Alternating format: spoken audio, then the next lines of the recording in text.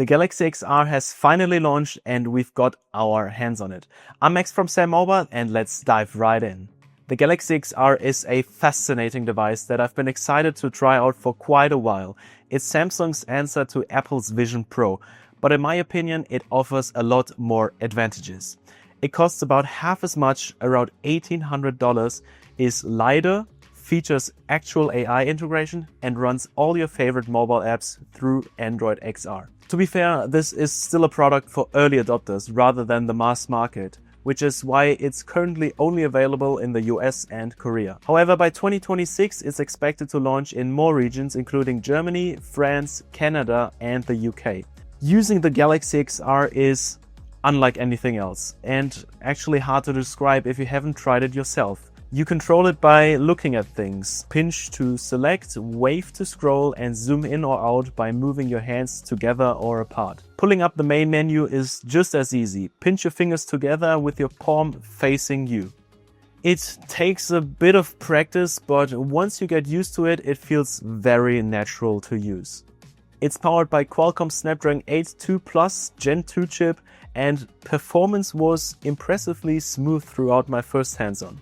I didn't encounter any bugs, slowdowns or frame drops. Everything felt fast, fluid and fairly responsive.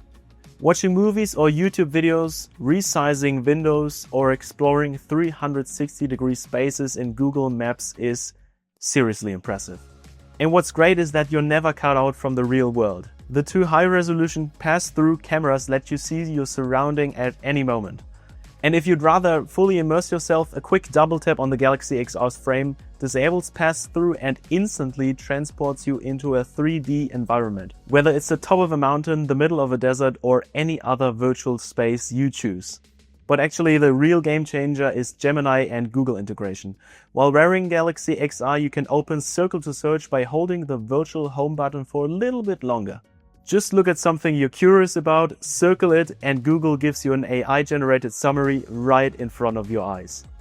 I was a bit skeptical about the comfort at first, but it's actually quite pleasant to wear. But still, after a while, you'll notice some pressure marks on your forehead. It's perfect for watching a movie or working for an hour or so, but after that, you'll probably want to take a short break. Battery life is another limitation and I'll need some more time to test it thoroughly, but Samsung claims around 2 hours of general use and that seems pretty accurate so far.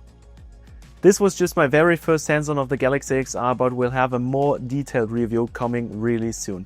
If you enjoyed this video, please leave a like and subscribe, and thanks for watching. I'll see you next time. Bye.